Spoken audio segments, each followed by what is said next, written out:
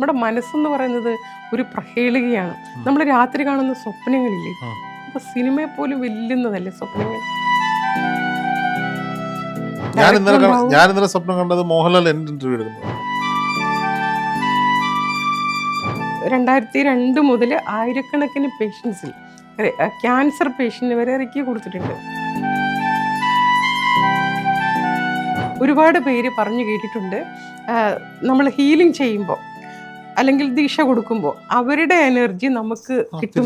ഒരിക്കലും ഇല്ല. മേഡം ഈ ആയുർവേദ ഡോക്ടറായിട്ടിരിക്കുന്ന സമയത്ത് എവിടെ നിന്നാണ് ഈ ഇങ്ങനെ റേക്കി NLP ഇതിലേക്കൊക്കെ തിരിയാനുള്ള കാരണം? ശരിക്കും റേക്കിയെ കുറിച്ച് ആദ്യം കേട്ടത് ഞാൻ പഠിച്ചുകൊണ്ടിരിക്കുന്ന, ഞാൻ പണ്ടത്തെ പഠിച്ചുകൊണ്ടിരിക്കുമ്പോൾ തന്നെ നമ്മുടെ ചില ഡോക്ടേഴ്സ് സീനിയേഴ്സ് ആയിട്ടുള്ള ചിലർ റേക്കിയിൽ അത്ഭുതങ്ങൾ കാണിക്കുന്നത് ഞാൻ അറിഞ്ഞു. നമ്മൾ റേക്കിയിലേക്ക് വന്നാൽ ഇപ്പം താന്ത്രിക് റേക്കി, അപ്പം നമ്മൾ റേക്കിയുടെ ഒരുപാട് ഇൻ്റർവ്യൂകൾ എടുത്തിട്ടുണ്ട്. എന്ത് അസുഖത്തിനും എന്ത് ബുദ്ധിമുട്ടിനും റേക്കി ഉപയോഗിക്കാൻ പറ്റും. റേക്കി മാത്രം പോരാ, നമ്മൾ ട്രീറ്റ്മെൻറ്റ് ഇപ്പോൾ എല്ല് തേയ്മാനം ഉള്ളതിന് നമ്മൾ എല്ല് തേയ്മാനം മാറാനുള്ള മരുന്ന് കൊടുക്കണം. അതൊരു ഡിസ്ക് പ്രൊലാപ്സ് ഉണ്ടെങ്കിൽ അതിനുള്ള കറക്റ്റ് ആവാനുള്ള ഇപ്പോൾ ആയുർവേദത്തിലാണെങ്കിൽ അതിൻ്റെ ഒരുപാട് ട്രീറ്റ്മെൻറ്റുകളുണ്ട്, അത് ചെയ്യണം. അങ്ങനെ പലതിനും നമ്മൾ മരുന്ന് കൊടുത്തിട്ട് അതിനോടൊപ്പം വേഗമാക്കാൻ നമ്മുടെ ബോഡിയുടെ പവർ കൊണ്ട് അല്ലെങ്കിൽ ബാഹ്യമായിട്ടുള്ള പവർ കൊടുത്തിട്ട് എനർജി ബ്ലോക്കൊക്കെ ഉണ്ടെങ്കിൽ അത് മാറാനും നമ്മുടെ പവറിനെ കൂട്ടാനും ഒക്കെ നമ്മൾ ഇതുകൂടി ചെയ്തിട്ട് ആ ട്രീറ്റ്മെൻറ്റ് ചെയ്യുമ്പോൾ ഭയങ്കര മാറ്റം വരും, പെട്ടെന്ന് മാറ്റം വരും. Energy exchange ചെയ്യപ്പെടത്തില്ലേ?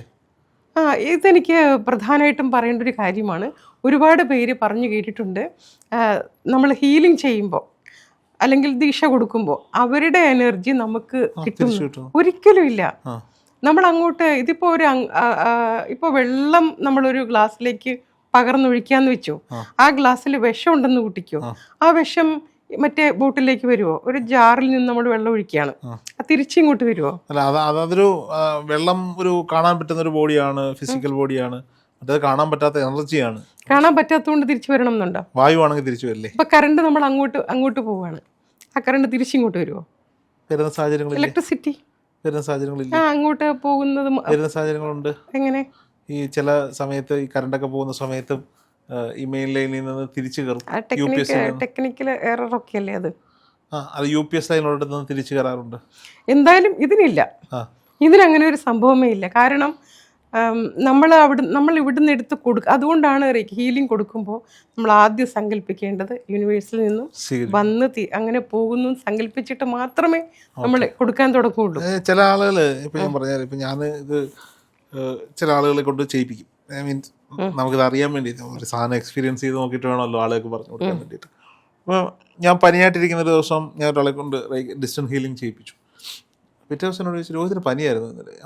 ആയിരുന്നു, എന്തേ പറയാൻ? ഞാൻ എന്ത് പറ്റി? അല്ല, എനിക്കിന്ന് പനി പിടിച്ചു. അയ്യോ, അങ്ങനെയൊന്നും ഇല്ല. അങ്ങനെയാണെങ്കിൽ ഞാൻ 2002 മുതൽ ആയിരക്കണക്കിന് പേഷ്യൻസിൽ ക്യാൻസർ പേഷ്യൻ്റ് വരെ ഇറക്കി കൊടുത്തിട്ടുണ്ട്, ഹീലിംഗ് തൊട്ട് കൊടുത്തിട്ടുണ്ട്. 3600-ലധികം പേർക്ക് ദീക്ഷ കൊടുത്തു കഴിഞ്ഞു ഇതുവരെ. പക്ഷെ എനിക്കൊരു ജലദോഷം പോലും വന്നിട്ടില്ല. എന്തൊക്കെ രോഗികൾക്ക്, ഏത് തരം ആൾക്കാർക്ക്, ചിലരുടെയൊക്കെ ബോഡിയിൽ നമ്മൾ ടച്ച് ചെയ്യുമ്പോൾ അത് മനുഷ്യ ശരീരമായിട്ട് തോന്നുകയില്ല, ഏതോ ഒരു കല്ലോ തടിയോ മരമോ ഒക്കെ കിടക്കണമെന്ന് തോന്നും.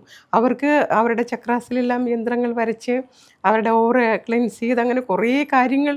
ഓറ ക്ലീനിങ്ങിനൊക്കെ യന്ത്രവും മന്ത്രവും ഉണ്ട് കേട്ടോ. അങ്ങനെ ഓറയെ നമുക്ക് ക്ലീൻ ചെയ്യാം. അങ്ങനെ 3-4 ദിവസം കഴിയുമ്പോഴാണ് 1/4 മണിക്കൂർ വീതം ഹീലിംഗ് ചെയ്യും. അങ്ങനെ 3-4 ദിവസം കഴിയുമ്പോഴാണ് ഇതൊരു മനുഷ്യ ശരീരമായിട്ട് നമുക്ക് ഫീൽ ചെയ്യുന്നത്.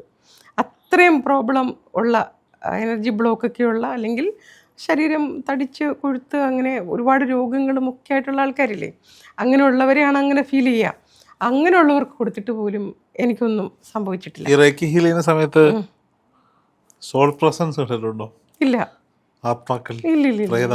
ഇല്ല, എനിക്കതിലൊന്നും വിശ്വാസമില്ലാത്തതുകൊണ്ടാവും ഞാൻ അങ്ങനെ ഒന്നും കണ്ടിട്ടില്ല. ചിലർ പറയും ഓറയിൽ ചിലതൊക്കെ കണ്ടു എന്നൊക്കെ പറയും. ഓറയിൽ എങ്ങനെ? അതൊരു നമ്മൾ ഇലക്ട്രോ മാഗ്നറ്റിക് ഫീൽഡ് ആണെങ്കിൽ അതിൽ നിന്നൊരു പുറത്തേക്കുള്ളൊരു എക്സ്റ്റൻഷൻ മാത്രമാണ് നമ്മുടെ ഓറ എന്ന് പറയുന്നത്. അതിലെങ്ങനെ ഇങ്ങനെയുള്ള ദുരാത്മാക്കളുണ്ടാവും? ഞാൻ ചോദിക്കട്ടെ, ജപ്പാനിൽ റേക്കി ഉടലെടുക്കുന്നു, മറ്റെല്ലാ രാജ്യങ്ങളും ഇത് ചെയ്യുന്നുണ്ട്, അവിടെ ഇതൊക്കെ ഉണ്ടോ? ആ അവിടെ ഇല്ലേ ഒരു ആത്മാവൊക്കെ ഉണ്ട്, പിന്നെ അവരിതൊക്കെ വിശ്വസിക്കുന്നുണ്ട്. സിനിമകളൊക്കെ പക്ഷെ റെക്കിൽ എവിടെയും ഞാൻ കണ്ടിട്ടില്ല. അതൊക്കെ പിന്നെ ആളുകളുടെ ഭാവനയല്ലേ. നമ്മുടെ പ്രേതങ്ങൾ സുന്ദരികളാണെങ്കിൽ അവരുടെ പ്രേതങ്ങൾക്ക് സൗന്ദര്യമില്ല, മറ്റേ വിരൂപികളാണെന്നുള്ളത്. ഇതൊക്കെ നമ്മുടെ ഭാവനയല്ലേ. നമ്മുടെ മനസ്സെന്ന് പറയുന്നത് ഒരു പ്രഹേളികയാണ്. നമ്മൾ രാത്രി കാണുന്ന സ്വപ്നങ്ങളില്ലേ, അത് സിനിമയെ പോലും വെല്ലുന്നതല്ലേ സ്വപ്നങ്ങൾ. നമ്മുടെ മനസ്സിലിങ്ങനെ ഉറങ്ങിക്കിടക്കുമ്പോൾ അവിടെ ഉണ്ടാകുന്നതാണ്. എന്താ പറയുക, ലോകം മുഴുവനും കാണുന്ന ചില സിനിമയുണ്ട്. അത്ര പേര് കേട്ട സിനിമകൾ ആരുടെ മനസ്സിലാണ്, ആരുടെ മനസ്സിലായിരിക്കും അത് ഉത്ഭവിച്ചത് അല്ലേ. സ്ക്രിപ്റ്റ് റൈറ്റർ ഉണ്ടാവും. ഞാൻ ഇന്നലെ സ്വപ്നം കണ്ടത് മോഹൻലാൽ എൻ്റെ ഇന്റർവ്യൂ എടുക്കുന്നതാണ്. ഞാൻ ഉറങ്ങാൻ നേരം കണ്ടിട്ട് കിടന്നത് മറ്റേ മോഹൻലാലും രവിചന്ദ്രൻ തമ്മിലുള്ള ഇന്റർവ്യൂവിന്റെ പ്രൊമോയാണ്. ഇപ്പോൾ പങ്കാളായപ്പോൾ ഞാൻ ലാലേട്ടൻ ഇങ്ങനെ എൻ്റെ മുന്നിൽ എന്നോട് ഇങ്ങനെ ചോദ്യങ്ങളൊക്കെ ചോദിക്കുന്നു, ഞാൻ ഇവിടെ ഇങ്ങനെ ഉത്തരം പറഞ്ഞു. അതായിരുന്നു ഞാൻ എന്തൊക്കെ കണ്ടിരിക്കുന്നു. അപ്പോൾ അതാണ് ഭയങ്കര, നമ്മൾ വിചാരിക്കാത്ത കാര്യം വരെ നമ്മുടെ മനസ്സ് സങ്കല്പിച്ച് കൂട്ടുന്നുണ്ട്. അപ്പോൾ ഇത് മനുഷ്യരുടെ മനസ്സിലാണ് ഇതെല്ലാം ഉണ്ടാവുന്നത്. ഇതേപോലെ അത് ഇങ്ങനെ ഉണ്ടായിക്കൂടെ. നമ്മുടെ മനസ്സ്, നമ്മുടെ ബിലീവ്സ് എന്ന് പറഞ്ഞൊരു സംഭവമുണ്ട്. കൊച്ചിലെ മുതലേ കണ്ടും കേട്ടും വരുന്ന കാര്യങ്ങൾ നമ്മുടെ സബ് കോൺഷ്യസ് ഹിപ്നോതെറാപ്പിയുടെ ഭാഷ പറയുകയാണെങ്കിൽ സബ് കോൺഷ്യസ് മൈൻഡിൽ അതെല്ലാം കിടക്കുന്നുണ്ട്. 85% സബ് കോൺഷ്യസ് മൈൻഡാണ്. 10-15% ഈ ബോധമനസ്സുള്ളൂ. അവിടെ എല്ലാം പോയി കിടക്കുന്നുണ്ട്. ഇതെല്ലാം ഉറങ്ങിക്കിടക്കുമ്പോഴത്തേക്ക് പുറത്തേക്ക് വരും. എനിക്ക് ഭയങ്കര അറ്റാച്ച്മെൻറ്റ് ഉണ്ടാകുന്നൊരു സാധനം ഞാൻ ശ്രദ്ധിച്ചിട്ടുണ്ട്. എവിടെയെങ്കിലും ഇപ്പോൾ ഞാൻ രാവിലെ വന്ന വഴി ചായ കുടിക്കാൻ ഒരു കടയിൽ കയറി, അവൻ്റെ മുകളിൽ തന്നെ എന്തോ പണി നടന്നുകൊണ്ടിരിക്കുക. അപ്പോൾ ഒരാളിങ്ങനെ ഈ ചട്ടി ഉണ്ടാവുമല്ലോ, സിമെൻറ്റ് കുഴച്ച് കൊണ്ടുവന്ന് ഈ ചട്ടിയും കരണ്ടിയായിട്ട് പോവാണ്. അപ്പോൾ ഞാൻ കുറേ നേരം നോക്കിയിരുന്നു. സംബന്ധിച്ച് എൻ്റെ അച്ഛൻ കോൺട്രാക്ടറായിരുന്നു. അപ്പോൾ പണ്ട് മുതലേ നമ്മൾ കാണുന്നത്, ജനിച്ച കാലം മുതലേ നമ്മൾ കാണുന്നത്, വീട്ടിൽ കുറേ പണിക്കാർ വരും, ടെമ്പോ വരും, തട്ടുമുട്ട് സാധനം കയറ്റിക്കൊണ്ടുപോകും. എന്നിട്ട് ഒരു ഗവൺമെൻറ്റിൻ്റെ വർക്കായതുകൊണ്ട് ഒരു മാസമൊക്കെ കഴിയുമ്പോഴേ തീർന്നു കഴിയുമ്പോൾ ഈ സാധനമൊക്കെ കൊണ്ടുവന്ന് വീണ്ടും ഇറക്കി വെക്കും. വീട്ടിലെപ്പോഴും ഈ സിമെൻറ്റുമായി ബന്ധപ്പെട്ട സാധനങ്ങളും ഇങ്ങനെ കോടകളിലും അവിടെ ഇവിടെയൊക്കെ ആയിട്ടുണ്ടാവും. വളർന്ന് വന്നപ്പോൾ അച്ഛന് സുഖമില്ലാതായപ്പോൾ കുറേ കാലം നമുക്ക്. പക്ഷെ ഇപ്പം എന്താ, ഏത് മേഖലയിലായാലും എനിക്കറിയാതെ ഒരു പണി കണ്ടാൽ നമുക്കൊരു അഭിപ്രായം പറയണം. അതങ്ങനല്ല, ഇങ്ങനെ എത്ര കൂട്ടിട്ടെ എന്ന് ചോദിക്കുന്നൊരു സാധനം ഉണ്ടാകും. പണ്ട് പോലെ നമ്മുടെ മനസ്സിൽ ഇങ്ങനെ ഉറങ്ങിക്കിടക്കുന്നു. അതുകൊണ്ടാണ് എല്ലാവരുടെ മനസ്സിലുണ്ട് കുറേ സ്വപ്നങ്ങളും കാഴ്ചകളും. ഹിപ്നോസിസ് ചെയ്യുന്നവർ പറയും അവസാനം മായ്ച്ചു കളഞ്ഞേക്കാം എന്നൊക്കെ പറയും. അതൊന്നും ഇങ്ങോട്ട് വർക്കാവില്ലല്ലോ. വർക്കാവും. പിന്നെ അതിന് കുറേ ടെക്നിക്സ് ഉണ്ട്. അത് ഹിപ്നോതെറാപ്പിയിലും ഉണ്ട്, NLPയിലും ഉണ്ട്, ന്യൂറോ ലിംഗ്വിസ്റ്റിക് പ്രോഗ്രാമിങ്. അതൊക്കെ 2 മിനിറ്റ് കൊണ്ടാണ് നമുക്ക് ഈ ഫോബിയൊക്കെ ഇല്ലേ 2 മിനിറ്റ് കൊണ്ട് മാറ്റാം. അതുപോലെ നമ്മൾ ഒരുപാട് ആത്മഹത്യയിലേക്ക് വരെ കൊണ്ടുപോകുന്ന അത്ര ആഘാതം മനസ്സിലുണ്ടായിട്ട് കുടുംബത്തെ മൊത്തം അങ്ങനെ ഒരു ആഘാതത്തിലേക്ക് കൊണ്ടുപോകുന്ന ഒരു പ്രശ്നം അവരുടെ ജീവിതത്തിലുണ്ടെന്ന് വെച്ചു. പക്ഷെ നമുക്കത് പല ടെക്നിക്ക് ഉപയോഗിച്ച് ഞാൻ ചെയ്തിട്ടുണ്ട്. ഹിപ്നോതെറാപ്പി NLP ഒക്കെ ചെയ്യുന്ന ആളും കൂടിയാണ്. അപ്പോൾ അവർ 1 മണിക്കൂറത്തെ ഒരു സെഷൻ കൊണ്ട് അവരിതെല്ലാം മാറി ചിരിച്ച് സന്തോഷമായിട്ട് പോകുന്നത് ഞാൻ കാണുന്നതാണ്. എനിക്കിവിടുന്ന് എറണാകുളത്തു നിന്നൊക്കെ അഡ്വക്കേറ്റുമാരൊക്കെ എനിക്ക് കേസ് അയച്ചു തരും. അത് പല സ്ഥലത്തുനിന്നും എനിക്ക് കേസ് കിട്ടാറുണ്ട്. അഡ്വക്കേറ്റുമാർ തന്നെ അയക്കും. കാരണം ഈ കൗൺസിലിംഗ് എന്ന് പറയുമ്പോൾ ഒരാൾ കുറേ സംസാരിക്കുകയാണ്. ഇത് സംസാരിക്കേണ്ട, അവരെ ട്രാൻസിലേക്ക് കൊണ്ടുപോയിട്ട് കംപ്ലീറ്റ് റിലാക്സേഷനിലേക്ക് കൊണ്ടുപോയിട്ട് നമ്മൾ അവരുടെ NLP ചെയ്യുന്നുണ്ട്. അപ്പോൾ സബ് കോൺഷ്യസ് മൈൻഡിലേക്ക് നമ്മൾ കുറേ എന്താ പറയണ്ടേ, ഉള്ളിലുള്ളതിനെ മാറ്റിയിട്ട് നമ്മൾ പോസിറ്റീവായിട്ടുള്ള കുറേ കാര്യങ്ങളെ ഫീഡ് ചെയ്ത് കൊടുക്കുകയാണ് ചെയ്യാം.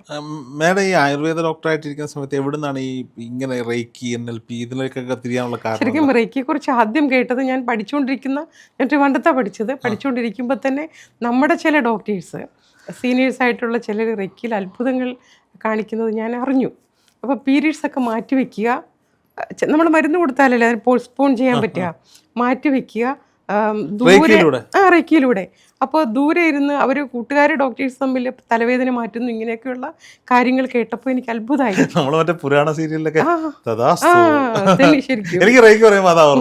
അതെ, അപ്പോൾ ഇത് കേട്ടപ്പോൾ എനിക്ക് അത്ഭുതമായി. അങ്ങനെയാണ് ഞാൻ കണ്ണൂർ ചെല്ലുമ്പോൾ ഇറക്കി പയ്യന്നൂർ ഇങ്ങനെ ഉണ്ടെന്ന് അറിയുന്നതും ഞാനിവിടെ പോകുന്നതും. പഠിക്കാൻ വേണ്ടി പോയതാണോ? അല്ല, കണ്ണൂർ ജോലി കിട്ടി, ഫസ്റ്റ് അപ്പോയിൻമെൻറ്റ് അവിടെയായിരുന്നു.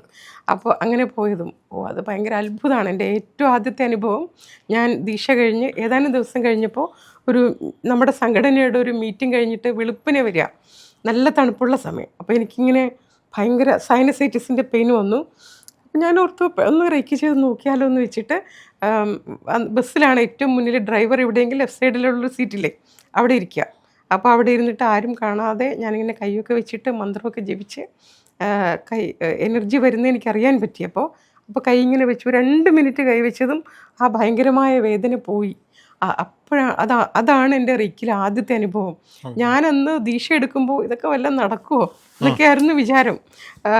അന്ന് എൻ്റെ മാസ്റ്റർ അഡ്വക്കേറ്റാണ് അദ്ദേഹം, പിന്നെ ഭയങ്കര ജ്ഞാനിയാണ് അദ്ദേഹം.